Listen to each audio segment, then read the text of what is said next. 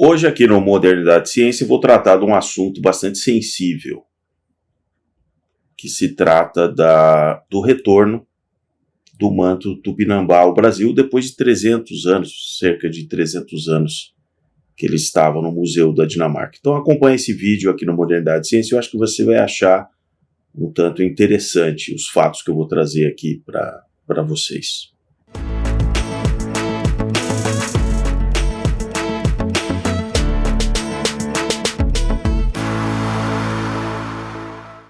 Pois muito bem, hoje eu preparei aqui uma coletânea que vou deixar boa parte aqui do material nas referências. E eu quero fazer uma análise, antes de mais nada,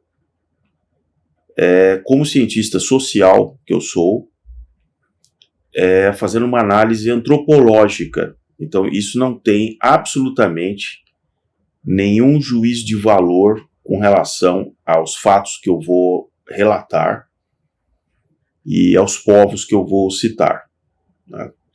O cientista social tem que ter um olhar distanciado na história, fazendo uma análise de como aquilo ocorreu, simplesmente descrevendo aquilo como um fenômeno social, de uma sociedade diferente da sua, com valores diferentes, no tempo, nos costumes, e você simplesmente está comparando isso com outras sociedades que de repente podem ter comportamentos semelhantes, apesar deles nunca terem se conhecido, né? Então, muito bem. Foi noticiado aí recentemente que o Museu da Dinamarca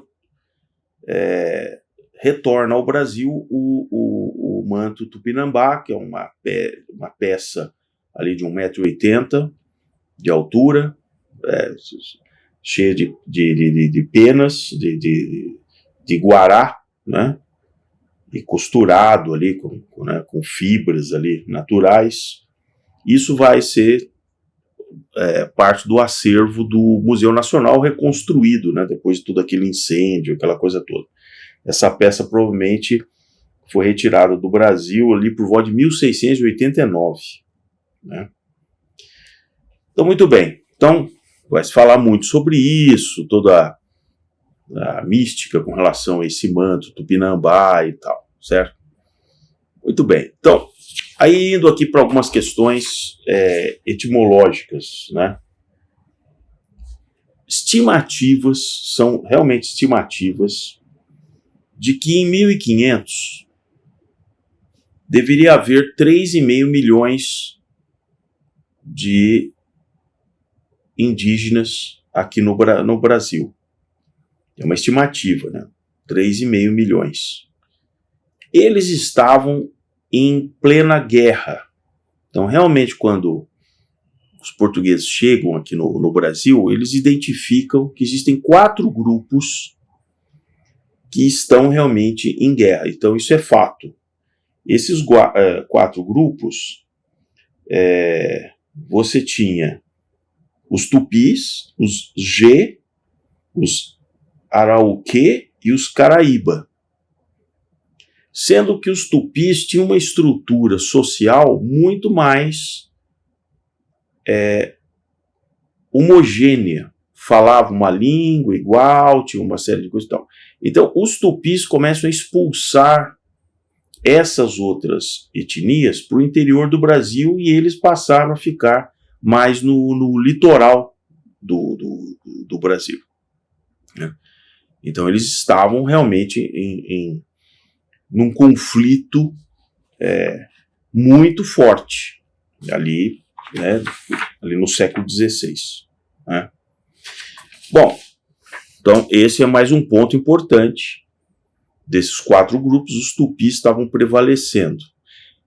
Os tupinambás fazem parte desse grupo de tupis que estava expulsando outros de regiões que eles queriam. Na história humana, isso sempre aconteceu.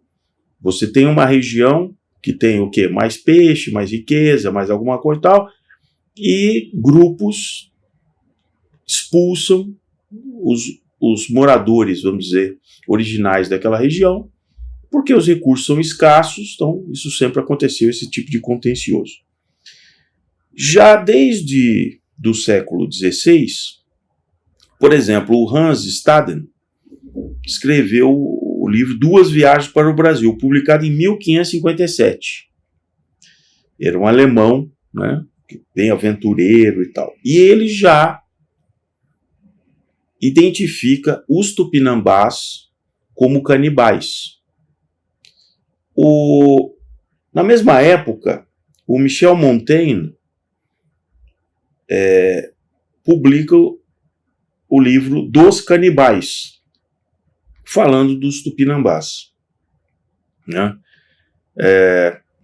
Inclusive, vários desses indígenas foram aprisionados e levados para a Europa para mostrar como é que era um canibal. Então, tem os relatos do Montaigne, deles sendo apresentados em Paris, em Lisboa, né, como uma peça, né, de demonstração do que era um canibal. Era um canibal exo, né? Exo, ali da comunidade, exo no sentido que ele era um canibal que ele não comia gente da própria espécie ali, da etnia. Era sempre capturados, né? Então tem toda uma categoria disso, né? É o que é chamado exocanibalismo. Está catalogado. É exocanibalismo quando ele devorava membros de uma tribo rival, né? Geralmente homens canibalizados eram guerreiros capturados em batalhas, certo? Tá bom? Tá. Muito bem. Aí temos aqui um outro dado que eu vou ler aqui para vocês o que acontecia com esse capturado. Na véspera da execução, o prisioneiro era banhado e depilado, e depois seu corpo era pintado de preto, untado de mel e recoberto de cascas de ovo e plumas.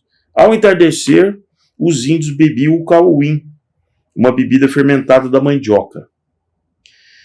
Eu acho que tudo isso tem que ser também colocado no Museu Nacional. Do lado ali do manto tupinambá, tem que se explicar também a origem e a natureza desses índios, né? No dia seguinte, o carrasco da vítima andava pelo pátio, ameaçando, eles sempre faziam isso, tem toda uma técnica de ameaçar, insultar, e até finalmente ele pegava um tacape e destroçava a nuca do cidadão e os miolos, né, afloravam ali do crânio do vitimado. As velhas da tribo, elas primeiro comiam, elas recolhiam o crânio, os miolos e o sangue numa cuia, e eles comiam primeiro, que ainda estava quente. Então as velhas tinham essa vantagem, né? Depois o cadáver era assado, escaldado para permitir a raspagem da pele. Olha, eles tinham uma sutileza muito interessante. Eles enfiavam um bastão de madeira no ânus do cadáver para impedir que todo o sistema excretor, né? Então eles enfiavam ali. Os membros eram esquartejados e depois era feita uma incisão na barriga do cadáver e as crianças eram convidadas a comer os intestinos. Os tupinambás, esses que estão trazendo aí o manto, né? Eu estou dizendo isso porque existe, infelizmente, na sociedade moderna, o índio é um bom selvagem, é um ser puro. Não, isso na sociedade humana não existe. Eles eram humanos com as mesmas características de poder, de guerrear, de matar, como outros todos os povos em toda a história humana. Então, transformar os índios aqui no Brasil em bons selvagens é, no mínimo, uma grande hipocrisia, né? E aí os ossos do morto eram preservados, o crânio era fincado numa estaca, ficava exposto na frente da casa do cara que matou o dito cujo, né, que capturou, né? Os dentes eram usados como colar, inclusive deve voltar aí também aí da Dinamarca os colares de dentes, né, desse pessoal vitimado pelos tupinambás. Então é isso que eu tinha aqui realmente para vocês, passando de uma visão antropológica.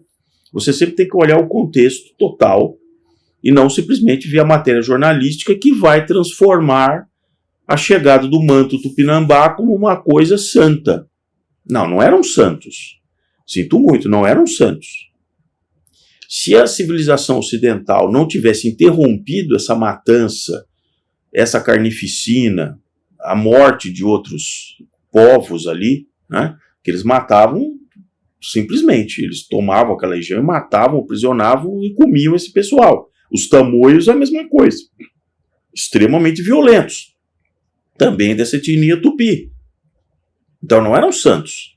Então vamos parar de simplesmente criar um mito do bom selvagem, né, que não, tal.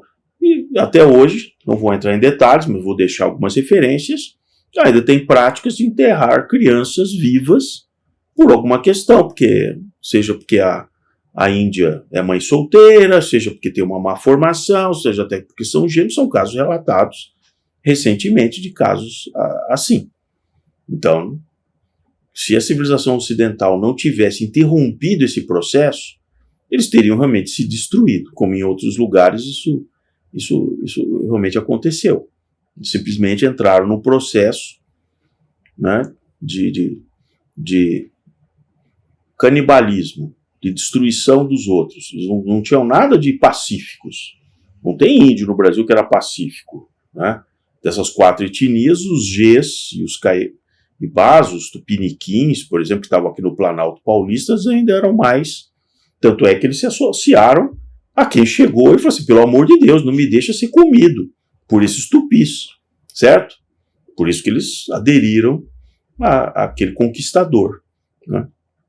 Então, vamos tirar um pouco desse glamour, dessa coisa, vamos analisar a história e as questões antropológicas como elas são, e não com uma romantização daquilo que muita gente escreve que hoje pensa que é realmente tal. Por isso que em muitos lugares hoje da Amazônia, o índio quer aderir à sociedade, ele quer os bens, né, de tecnologia, como o celular, a internet e tal, e não ficar como uma reserva humana de análise para muitos antropólogos até hoje que vão lá e ficam falando, que bonitinho você está aqui nessa oca, nessa aldeia e tal. Tanto é que né, você tem um alto índice hoje de suicídio, de problemas desses povos, porque ele quer se integrar de alguma maneira e você tem todo um grupo de ONGs, de gente, de arquitetos tal, que fica tentando transformá-los ainda nesse selvagem do século XVI. Tá certo? Então, eu sei que o assunto é difícil, é sensível, vou deixar aí umas referências aí para vocês, mas pensem a respeito disso. Cuidado simplesmente com que a mídia vai tentar cravar só falando da beleza do manto tupinambá.